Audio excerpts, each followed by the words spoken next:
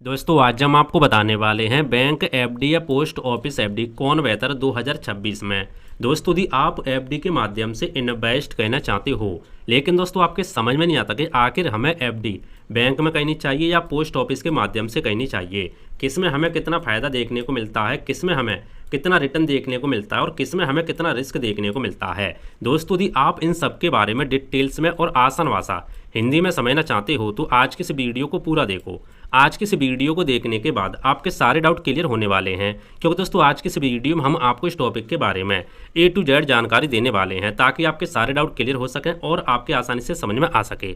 तो आइए दोस्तों शुरू करते हैं आज की वीडियो और स्टेप बाय स्टेप इस टॉपिक के बारे में डिटेल्स में समझ लेते हैं। और दोस्तों इस वीडियो में हम आपको ये भी बताने वाले हैं कि यदि आपने बैंक में एफडी की होती तो आपके कितने पैसे बनते और आपने उतने ही पैसे से उतने ही समय में पोस्ट ऑफिस के माध्यम से एफडी की होती तो आपके कितने पैसे बनते। तो ये भी दोस्तों हम आपको एग्जाम्पल के माध्यम से बताने वाले हैं ताकि आपके बिल्कुल डाउट क्लियर हो सके और आपके आसानी से सारी चीज़ें समझ में आ सके। तो आइए दोस्तों समझते हैं इस टॉपिक के बारे में। दोस्तों सबसे पहले बात करते हैं एफडी के बारे में। एफडी होती क्या है, किसको बोलते हैं एफडी, शॉर्ट में समझ लेते हैं। दोस्तों एफडी की फुल फॉर्म होती है फिक्स्ड डिपॉजिट। एफडी में आप एक तय समय के लिए पैसा जमा करते हैं, तय समय मतलब कोई भी समय हो सकता है, ठीक है, और उस पर आपको निश्चित ब्याज देखने को मिलता है। जैसे बैंक एफडी की बात करें तो बैंक में एफडी किया जाता है, पोस्ट ऑफिस एफडी की बात करें तो पोस्ट ऑफिस में एफडी की जाती है। पोस्ट ऑफिस की जो एफडी होती है उसको दोस्तों हम टाइम डिपॉजिट भी यहाँ पे बोल देते हैं। तो आपके समझ में आ गया वो एफडी होती क्या है। दोस्तों एफडी में आपको एक साथ यहाँ पे पैसा जमा करना होता है लमसम के माध्यम से। लमसम का मतलब एक साथ पैसा, मान लो आप बैंक में करना चाहते हैं एफडी, पोस्ट ऑफिस में करना है, किसी में भी करना चाहते हैं, आप एक साथ पैसा यहाँ पे जमा करते हैं एक निश्चित समय के लिए। जैसे यहाँ पे अलग अलग समय होते हैं, जैसे 1 साल की एफडी, 2 साल की एफडी, कुछ दिनों की एफडी। तो आप यहाँ पे सिलेक्ट करना होता है कि आप कितने साल के कितने दिन की एफडी करना चाहते हैं, उसी के हिसाब से आपको रिटर्न मिलता है, उसी के हिसाब से आपको पैसा यहाँ पे जमा करना होता है। पैसा तो आपको भी डिपेंड करता है, आप अपने हिसाब से कर सकते हैं, 1000, 10,000, 5,000, 50,000 एक साथ जमा करना होता है, ठीक है, XYZ कितने भी कर सकते हैं। आगे हम समझेंगे, डोंट वरी। तो आपके दोस्तों समझ में आ गया होगा एफडी होती क्या है और कैसे कैसे काम करते हैं, सारी चीजें दोस्तों हमने आपको बता दी। आइए अब समझते हैं पोस्ट ऑफिस एफडी और बैंक एफडी के बारे में कुछ बातें जिनको देखकर आपके आसानी से समझ में आ जाए कि आपको एफडी कहां पर करनी चाहिए। तो आइए समझते हैं। दोस्तों सबसे पहले बात करते हैं सुरक्षा की। आपको किसमें सबसे ज़्यादा सुरक्षा देखने को मिलती है वो समझ लेते हैं। बैंक एफडी की बात करें तो आपको इसमें अच्छी सुरक्षा देखने को मिलती है। आरबीआई इसको रेगुलेट करती है, कोई भी दोस्तों बैंक हो आरबीआई उसको यहाँ पे रेगुलेट करती है। लेकिन पोस्ट ऑफिस की सुरक्षा की बात करें तो इसमें आपको बहुत ज़्यादा सुरक्षा देखने को मिलती है, बैंक से ज़्यादा सुरक्षा देखने को मिलती है, क्योंकि यहाँ पे सरकार की गारंटी होती है। पोस्ट ऑफिस में जितनी भी यहाँ पे स्कीम चलाई जाती हैं वो सरकार के अंडर आती है, इसलिए यहाँ पे सरकार की गारंटी होती है और यहाँ पे बैंक को आरबीआई रेगुलेट करती है। और दोस्तों मैं आपको एक चीज़ यहाँ पे और बताई तो बहुत सारे लोगों उनको नहीं पता होगी। देखो यदि आप बैंक में एफडी करते हो, फॉर एग्जांपल यदि मान लो आप किसी बैंक में आपने एफडी की है और आपने भाई साहब 10 लाख की एफडी की, यानी 5 लाख से ज़्यादा की आपने एफडी के, 10 लाख रुपए की आपने एफडी के किसी बैंक में, मान लो कोई बैंक हो सकते हैं XYZ, कोई भी बैंक में आपने एफडी की है 10 लाख रुपए की फॉर एग्जांपल, ठीक है। तो देखो मान लो कल को वो बैंक भाग जाती है, बंद हो जाती है, कुछ भी हो जाती है XYZ, तो भैया आपको 10 लाख रुपए नहीं दिए जाएंगे। अब आप बोलो क्यों?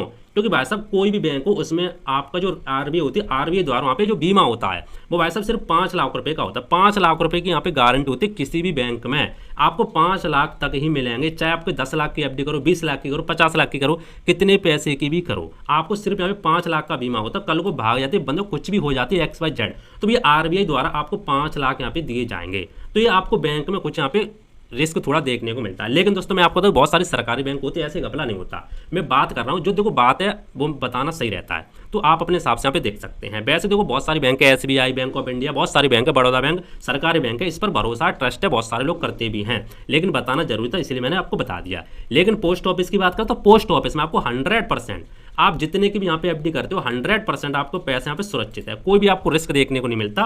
कल को पोस्ट ऑफिस बंद हो जाए, कुछ भी होता है तो ऐसा 100% पूरी की पूरी पैसे की सरकार की यहाँ पे गारंटी होती है। तो थोड़ा सा यहाँ पे रिस्क आपको बैंक में थोड़ा सा देखने को मिलता है ज़्यादा, लेकिन पोस्ट ऑफिस में आप ना के बराबर रिस्क यहाँ पे बोल सकते हैं, बहुत ज़्यादा आपको सुरक्षा देखने को मिलती है। तो ये दोस्तों आपके समझ में आ गया होगा, ठीक है। अब देखो कोई भी बैंक हो, आप ऐसे में समझना, कोई बैंक हो, सरकारी हो, कोई भी हो, सिर्फ 5 लाख तक का यहाँ पे बीमा देखने को मिलता है।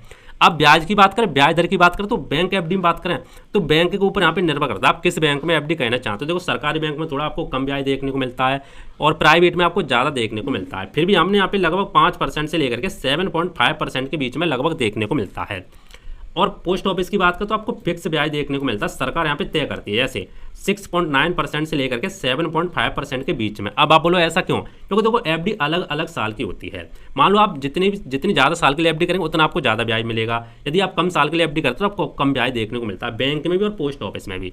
अब दोस्तों समय अवधि की बात करें तो बैंक में आप 7 दिन से लेकर के 7 दिन से लेकर के 10 साल के बीच में आप कितने भी दिन की कितने भी साल की एफडी कर सकते हो।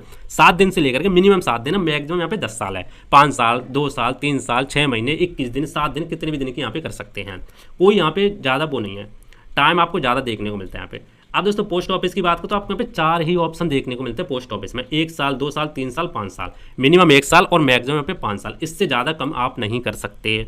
न्यूनतम निवेश की बात करें तो आप यहाँ पे बैंक में न्यूनतम निवेश बहुत सारी बैंक उसमें यहाँ पे 1000 रुपये से यहाँ पे शुरुआत कर सकते हैं। बाकी बैंक के ऊपर यहाँ पे डिपेंड करता है बैंक यहाँ पे कितना करना चाहती है, लेकिन पोस्ट ऑफिस में मिनिमम 1000 रुपये होती है। अधिकतम निवेश की बात करें यहाँ पे कोई भी लिमिट नहीं होती, दोनों में कोई भी लिमिट नहीं है, ना तो पोस्ट ऑफिस में ना तो यहाँ पे बैंक में, आप कितने भी जमा कर सकते हैं। दोस्तों टैक्स की बात करें तो आपको यहाँ पे 5 साल के एफडी पर यहाँ पे 80C में छूट देखने को मिलती है बैंक में, और आपको यहाँ पर भी 5 साल के एफडी पर आपको 80C में छूट देखने को मिलती है पोस्ट ऑफिस में। तो टैक्स तो दोनों में बराबर है। समय से पहले पैसा निकालने पर क्या होगा वो समझो, आप बैंक से आसानी से निकाल सकते हैं, लेकिन पोस्ट ऑफिस से भी आप निकाल सकते हैं, लेकिन आपके थोड़े नियम यहाँ पे पढ़ने पड़ेंगे, थोड़े नियम ज़्यादा यहाँ पे, ये चीज़ है। अब ब्याज भुगतान की बात करें तो आपको बैंक में 3 ऑप्शन देखने को मिलते हैं, मंथली भी ले मंथली ब्याज भुगतान मिलता है, क्वार्टरली और यहाँ पे ईयरली, लेकिन पोस्ट ऑफिस में आपको ईयरली साल में ही देखने को मिलता है। लेकिन ऐसा नहीं है कि पोस्ट ऑफिस में हर स्कीम में देखने को मिलता है, बहुत सारी ऐसी स्कीम है जिसमें आपको हर महीने भी देखने को मिलता है, जैसे post office MIS scheme, monthly income scheme, उसमें आपको हर महीने देखने को मिलता है। मैं एफडी की बात कर रहा हूँ।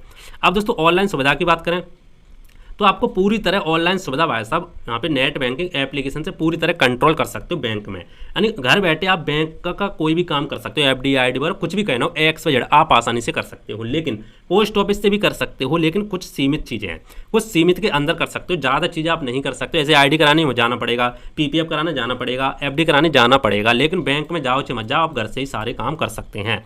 तो इसमें थोड़ा यहाँ पे बैंक जीत जाता है, ठीक है। तो दोनों के बीच में हम यहाँ पे कंपैरिजन करके आपको दिखा दिया किसमें कैसे क्या चीज़ें हैं।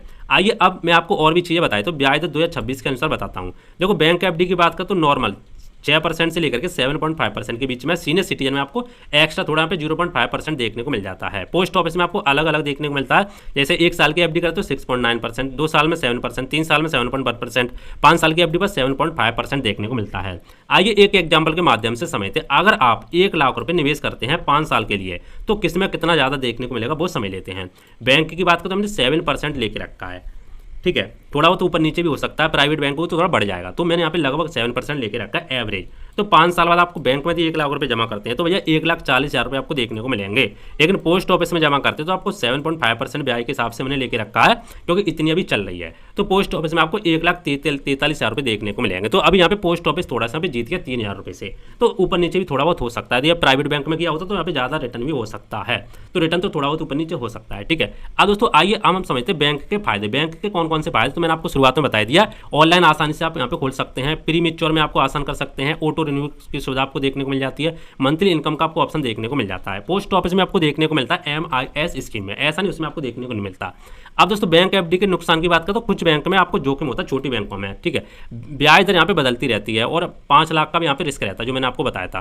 पोस्ट ऑफिस के फायदे की बात करें तो 100% यहाँ पे सरकार की सुरक्षा है, 100% आपका पैसा यहाँ पे सुरक्षित है, ब्याज आपको स्थिर रहता है, यहाँ पे सरकार यहाँ पे चेंज थोड़ा बहुत कर सकती है, ग्रामीण छोटे निवेशकों के लिए यहाँ पे बेहतर ऑप्शन माना जाता है। पोस्ट ऑफिस के नुकसान की बात करें तो ऑनलाइन सुविधा आपको कम देखने को मिलती है, पैसा निकालना थोड़ा मुश्किल होता है, ब्याज दर यहाँ पे ईयरली देखने को मिलता है, ये चीज़ें होती हैं। अब दोस्तों बात करते हैं किसके लिए कौन सा ऑप्शन बेहतर है वो समझते हैं। देखो बैंक एफडी सही है अगर आपको लिक्विडिटी चाहिए, लिक्विडिटी का मतलब तुरंत पैसा निकालना चाहते हो, ठीक है, आप ऑनलाइन मैनेज करना चाहते हो, घर से सारे काम करना चाहते हो, मंथली इनकम चाहते हो तो आप बैंक एफडी में यहाँ पे कर सकते हैं, और आप रिस्क वगैरह लेना चाहते हैं तो, क्योंकि मैंने आपको बताया 5 लाख का थोड़ा रिस्क होता है और कुछ नहीं है। पोस्ट ऑफिस सही है अगर आपको सुरक्षित निवेश चाहिए, गांव छोटे शहर में रहते हैं, लंबी अवधि के लिए निवेश करना चाहते हैं तो पोस्ट ऑफिस आपके लिए बेहतर ऑप्शन माना जाता है। तो ये दोस्तों आपके समझ में आ गया होगा। अब फाइनल जो हमारा कंक्लूजन निकल के आता है उसके बारे में समझ लेते हैं। देखो सेफ्टी में पोस्ट ऑफिस एफडी जीतता है, सेफ्टी की बात कर रहे हैं, लेकिन फ्लेक्सिबिलिटी में आपका बैंक यहाँ पे बेहतर है। फ्लेक्सिबिलिटी का मतलब तुरंत काम, घर से काम, ये चीज़ें वो चीज़ें ये चीज़ें। देखो रिटर्न दोनों में लगभग बराबर है, अभी पोस्ट ऑफिस में थोड़ा आगे है, लेकिन थोड़ा बहुत कम ज़्यादा भी हो सकता है। यदि पोस्ट ऑफिस में मान लो आगे है और आप मान लो बैंक में प्राइवेट में करते हैं तो थोड़ा वहाँ पर बढ़ सकता है, तो ये चीज़ें होती हैं।